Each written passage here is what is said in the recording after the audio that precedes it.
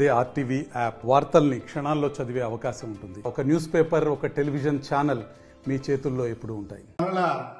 ఇప్పుడు ఇక్కడ మాత్రం నీలమ్మద అదృష్ట జాతకుడు ముదిరాజ్ క్యాస్ట్ బీసీలంతా నీలమ్మదకు రెడీ అయి కూర్చున్నారు.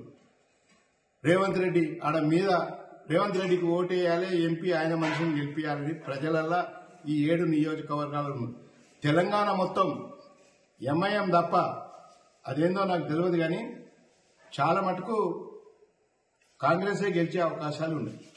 ఇప్పుడు ఉంటుండొచ్చు, వాళ్ళకు ప్రాధాన్యత ఇచ్చింది. మొన్ననే మున్నూరు కాపు రాజ్యసభ ఇస్తారేగా పిల్లగానికి అబ్బాయికి చెప్పును. ఆయన వీళ్ళు కోట్ల అమ్ముకొని కోటీశ్వర్లకు ఇచ్చారు బీఆర్ఎస్. మొన్న ఒకటే సీట్ వస్తే కోటీశ్వర్లకు ఇచ్చారు. 100 కోట్లు 1000 కోట్లు అని. అయినా ఇల్లు లేని వాళ్ళకి ఇచ్చారు. నిజమా కాదా? అట్లా అది ఈయన గ్రేట్. ఉప ముఖ్యమంత్రి అంటే ఉప ముఖ్యమంత్రి ఇచ్చిండు, ప్రగతి భవనే ఆయనకి ఇచ్చిండు ఇల్లు. కేసీఆర్ నీళ్ళే ఏసీలకు ఇచ్చిండు. అంటే ఈయనకు వాళ్ళకు తేడా చాలా. భగవంతుని దయతోని కొద్దిగా ఆర్థికంగా సెట్ అయితే మాత్రం అన్ని స్కీములు 100% వీళ్ళకంటే గొప్ప చేస్తాడు అనేది నాకు నమ్మకం ఉంది. ఆయన ఒక జడ్పీటీసీగా ఉండి హనుమంతన్న దయతోని ఎంపీ అయ్యి అక్కడ ఆడికెళ్ళి మీదికి వెళ్ళిపోయిందంటే దైవమే ముఖ్యమంత్రి చేసింది. ఇది ఆయన ముఖ్యమంత్రి చేసేపటికే ఒక్కొక్కటి బయటపడుతున్నాయి. ఐఏఎస్ ఆఫీసర్లు ఏముంటది, ఏమిటి మున్సిపల్ ఉద్యోగే 1000 కోట్లు సంపాదిస్తే ఎన్ని లక్షల కోట్లలో వెళ్ళిపోయారు. అందరూ ప్రజలు చూస్తున్నారు. ఆ తిక్కతోనే మొత్తం కారు మీద తిక్కతోనే ఉన్నారు ప్రజలంతా.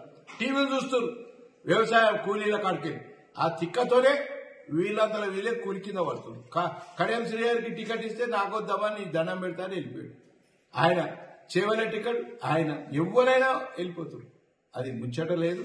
100% రేవంత్ గ్రేట్ ముఖ్యమంత్రి, తప్పకుండా ప్రజలలో నిలిచే ముఖ్యమంత్రి.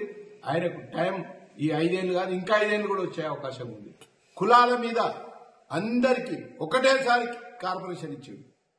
మైనార్టీ ముస్లిం అబ్బాయికి నా పోస్ట్ ఇచ్చాడు, తెలంగాణ పోస్ట్. అది బాలామృతం కురుకురే పేద ప్రజలకు 3 ఏళ్ల నుంచి 7 ఏళ్ల పిల్లలకు దొరికే పౌష్టిక ఆహారం.